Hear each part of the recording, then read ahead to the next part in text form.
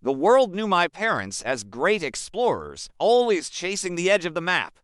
But to my sister Becky and me, they were just mom and dad, and then, one day, they were gone. The newspapers said they vanished near a place the old charts called the Island of Shadows.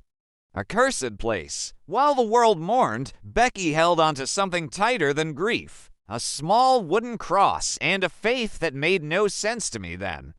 She'd say, God is with them, Jack. He's always with us. I wanted to believe her, but fear was a much louder voice in my heart. The authorities gave up. We didn't. With what little we had, we found an old fisherman who agreed to take us near the island, but no further.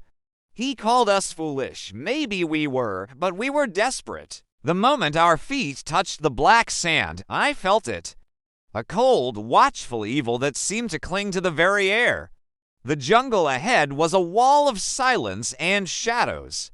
I pulled out my father's compass, thinking it was our best hope. I was wrong.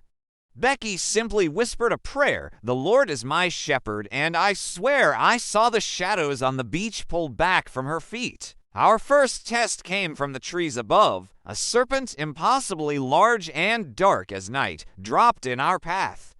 My first instinct was to fight, to find a weapon. But Becky, she didn't see a monster. She saw a test.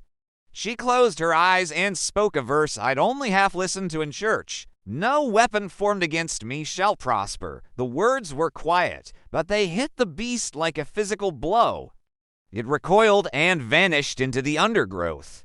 For the first time, I realized we weren't alone. We pushed on, finding crumbling ruins carved with demonic faces. From them, figures of pure shadow emerged, their voices like grinding stones. They called themselves servants of the Shadow King. I stood frozen, but Becky stepped forward, holding up her cross. She spoke another verse, her voice ringing with authority I'd never heard before. "Resist the devil, and he will flee from you." A brilliant light burst from the cross, and the demons dissolved like smoke in the wind. I thought we needed a map, but Becky knew the only guide we needed was faith. The compass led us to a cave, the lair of a dragon. Its roar shook the very ground we stood on. It was the embodiment of all my fear. But as the great beast lunged, Becky opened her small Bible. She didn't shout.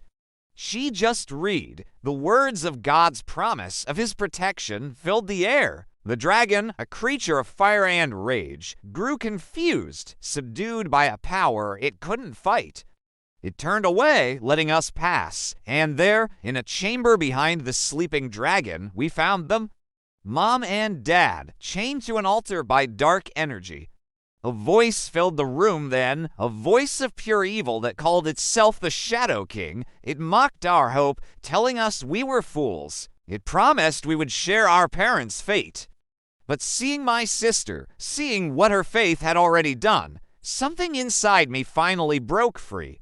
It wasn't courage born of myself, but a courage borrowed from her belief. As the Shadow King's darkness pressed in, Becky began to sing a simple hymn, and this time I sang with her. Our voices together became a light, a pure, golden light that the darkness could not stand.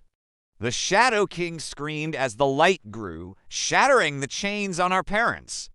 The evil that had held the island captive for centuries was broken by a simple song of faith. When we finally sailed away, the island behind us was different. The mists were gone. The sun was shining. My dad looked at us, at the miracle of our being there, and said our faith had saved them all.